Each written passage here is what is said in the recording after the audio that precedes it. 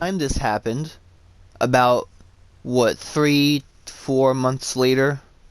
Let's see, August, September,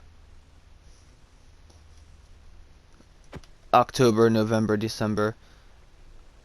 Yeah, it's like 4 months later. I finally get to make this video. I could have made it much sooner, but to be honest, I was just lazy. But in this video, we are looking at the bottom two layers of the Super Donkey 64 Iceberg. No, we don't need the potion. Nightclubs.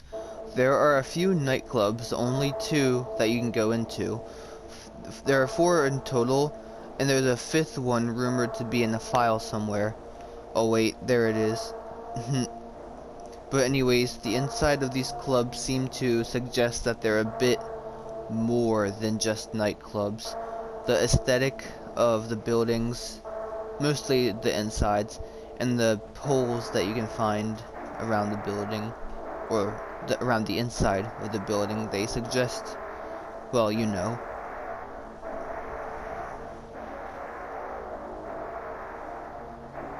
Purple shadows in Super Donkey 64. There are some very subtle hints encountered sometimes in the game that may suggest that the purple shadows may have first appeared in Super Donkey 64, instead of its first appearance in Scary Random Room Network in 2015. Evidence being the purple banners in the Mayor's Palace and the 3D purple geometry being in the underground labyrinth of the Mayor's Palace. And finally, the purple plants in the lab level. There's also a handful of weak evidences like the ghost sightings themselves or the haunted computers in the haunted house. I think most of these are just normal ghost things and not the purple shadows. Yeah, it's not the purple shadows doing. The purple shadows' first appearance is from Scary Random Room Network, released over a decade after Super Donkey 64. I do see the Mayor's Palace having the banners and 3D shapes to be pretty convincing. It would be pretty cool if the developers thought of it a lot sooner and referenced it on purpose. It might be true, but we don't really know. Larva model with no eyes. You can find the models of all the characters in the files, and they all seem pretty normal, but there's another model of larva that's significantly different. The major difference being the lack of eyes. It actually does have eyes, but they're on an entirely different model. Or rather, the eyes themselves are a model that, assumingly, goes with the larva model. This whole thing went unused, and yeah, that's pretty much it.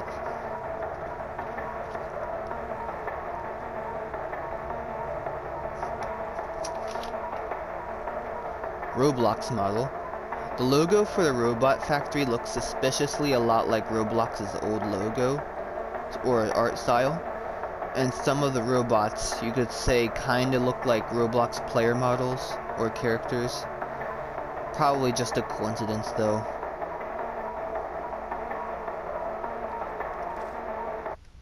I think it's time we drink the night potion.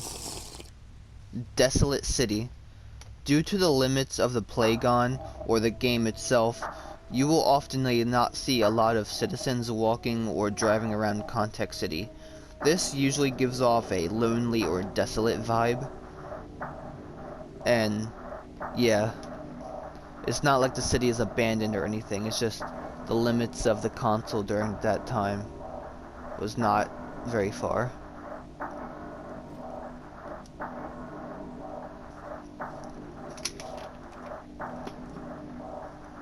Unused animal testing labs. In the files, there were cages with animals in them. Their names were lab underscore animal underscore cage 1.prop, and you know, the numbers after that, and such proof that these were planned for the laboratory level. Were there going to be animal testing in the game or in the level? Or at least, well, I'm talking about just references to it, at least. It was never added though, so I guess the developers didn't want it in the game. So that's good. Kidnappings. This is a pretty rare event that happens. The NPCs have various activities that they do to keep the game looking alive, so they aren't just doing, you know, the mediocre walking all the time. But disturbingly, sometimes a car will drive up to a walking citizen and a stranger or two will get out and force the victim into the vehicle and speed off. Some people mistake the prostitutes getting picked up for the kidnappings, but there are way different things that happen. These kidnappings are so rare that only a few videos exist of them. Most of the others are just mods or just fakes. There are players that have followed these, but the cars just keep driving.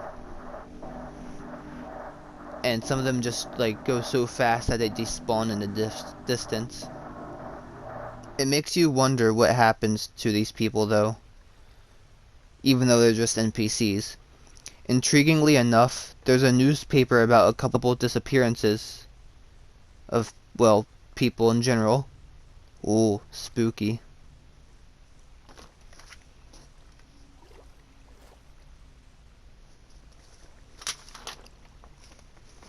Developers' arguments changed game.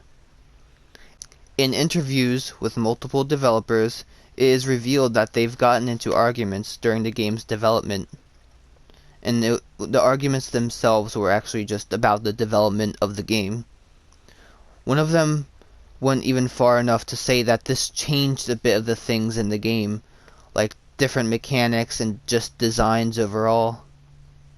Some even go farther, not the developers, the fans do, and say that this did or may have changed the game almost entirely.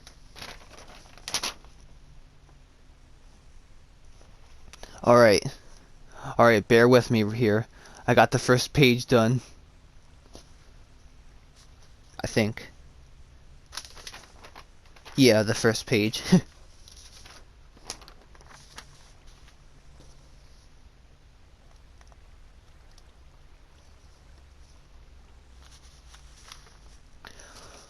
Alright, page 2, here we go. Originally E for everyone. The game was originally going to be more kid-friendly. This is once again coming from developer interviews. The game wasn't originally going to have blood, nightclubs, bars, etc. There were still going to be guns though. The devs originally were going to aim for a T- rating. The devs originally were aiming for a T rating, but it was made M for mature.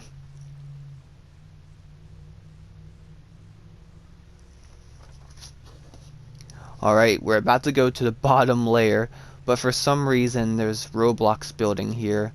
I'm going to assume I accidentally skipped something in my notes. This might have to do with the Roblox, what was it? The Roblox model, but I'm not sure. If anyone can find anything about this Roblox building, please let me know. Alright, bottom of the iceberg, here we go. Heavy metal and files. In the files, there's real covers for heavy metal bands. In the Treasury Department Tower, there's posters of fictional heavy/rock metal bands. In the files, however, there's Led Zeppelin, Metallica, etc., but they weren't included, most likely because of copyright reasons. Strange Island. Out in the water, in the northeast area of the city, there's a mostly barren island, which doesn't have much of anything to offer. Only from a distance and at night, you can see strange aromas and color coming from it. Sometimes just from the sky, though. Very rarely, you can see what are believed to be ghost NPCs standing on it. A lot of theories stem from this. There's probably a couple other things I'm missing, but there's a lot to it. Playgon knockoff consoles. At one point, actually 1 year after Super Donkey 64 was released, these fake consoles were being released by a company known as Ink Hills or Inked Co. They constantly changed names, probably to confuse the developers if they ever wanted to sue them. But they were making knockoff Playgon consoles and were selling illegal copies of Super Donkey 64, and they actually worked on the knockoff consoles. Well, they mostly functioned, but not completely. Thankfully, the original creators stepped in and stopped this madness.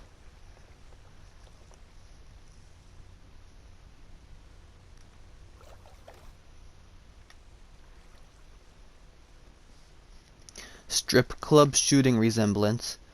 At one point in the story, in the game, an attack happens on Harley's nightclub place in the game, leading to 7 deaths and 12 NPCs injured. In real life, however, the strip club Friskies unfortunately had a shooting take place in 2007. 7 were killed and 9 were injured. The crime has a shocking resemblance to the game's incident, leading people to theorize that the game actually predicted the event. This is just a coincidence, as confirmed by the developers, but seriously, rest in peace.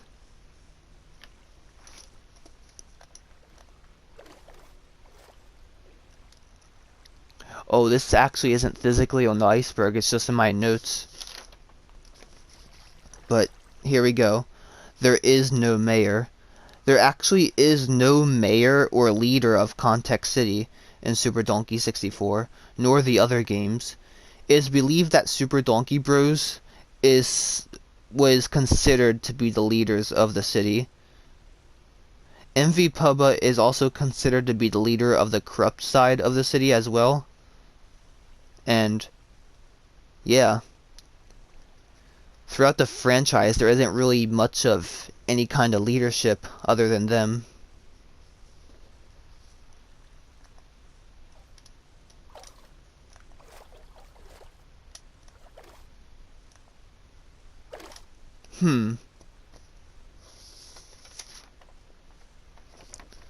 Okay, this is kind of strange. Stolen textures is also not one here. Unless I'm not looking good enough. Huh. Alright. Stolen textures. I'm not entirely sure what this is referring to anyways. I think it's people saying that the developers stole textures from each other, or that the textures were taken from another game entirely. I can't find any info about this, or what it's even claiming, so yeah. Moving on.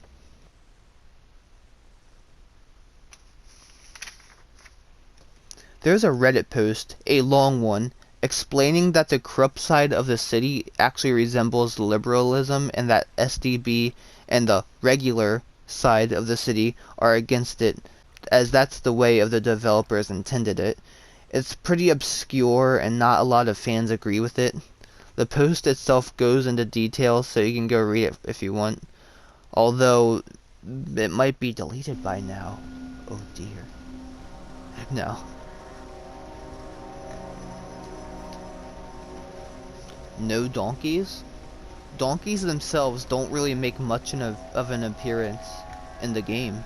I guess people are confused because of the naming of the game and how it lacks donkeys.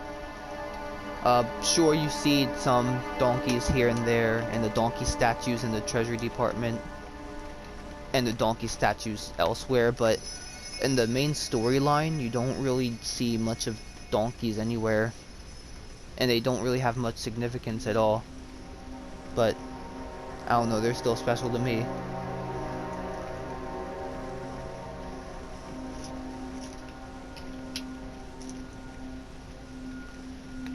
SRRN early assets. In Scary Random Room Network, you can tell that some of the rooms and textures are just taken from Super Donkey 64. However, the textures have been upgraded because, well, back in Super Donkey 64's time, the textures were not as high quality as they are today. Or as textures are today. Yeah. This led some people to believe that Scary Random Room Network assets are in the files of Super Donkey 64 somewhere, but this has yet to be proven. Probably not real though. I mean, you could say some of the building designs in the Scary Random Room Network are ripped from Super Donkey 64, but to be honest, the rooms themselves are pretty easy, or at least the outside of them are pretty easy to model, so I wouldn't think that they were just ripped from Super Donkey 64. And rooms in general are easy to compare to each other in shapes, if you're just, you know, doing cubes and such. Cubes, rectangles, yeah.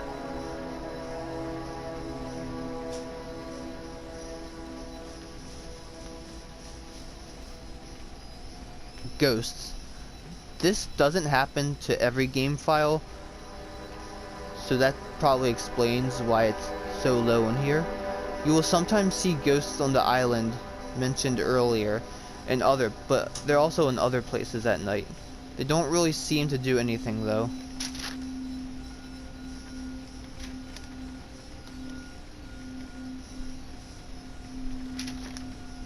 Huh. Well, I'm at the end of my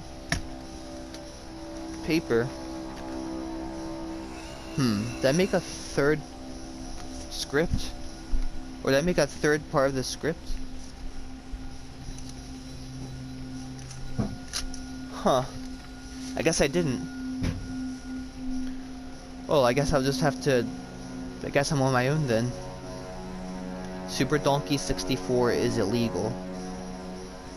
Well, because of the game's somewhat controversial, you know, existence, some cities have banned it because it looks child-friendly in a way, but it's really a game for older teenagers and adults because of its violence and swearing and stuff. It's no big deal though, but making something illegal, you know, sounds pretty serious. Now, it looks like we're done, but really, we have to go into the abyss now.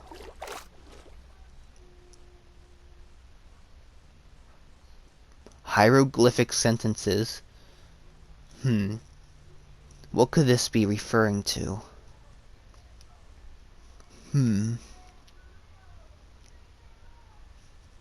Within the labyrinth, underneath the mayor's palace, you can sometimes see these very small sentences carved into the walls. Although, just like the ghosts from earlier, they don't always appear in your game, because in the files, there's only a chance of it appearing. Or I guess that I should say the game's code, not the files. Super Donkey 64 self-customizes itself. Ooh. So, each time you start a new game of Super Donkey 64, within the code, there are some circumstances that make the game just slightly different. For example, the ghost encounters at night. That doesn't appear on every file of the game. If you really want to encounter the ghosts, you will have to make another file and make another one until the game says that the ghost can exist. Unless you hack it and just make the ghost, you know, come in. There are also some things that the NPCs do, but always by a random number generator. It's by chance. I wouldn't say it's an AI that's doing it, but in a way the game does customize itself to make a more unique experience.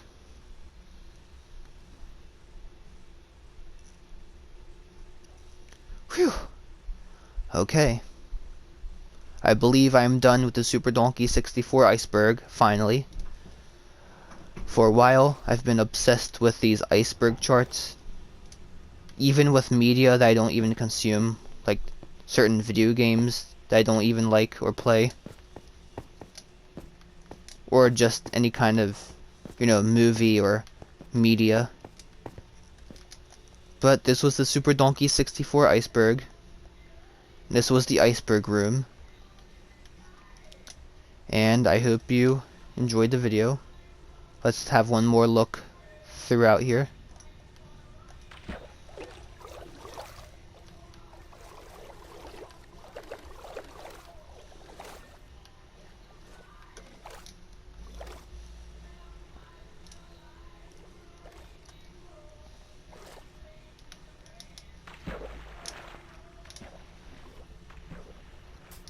Alright, thanks for watching. And, see you later.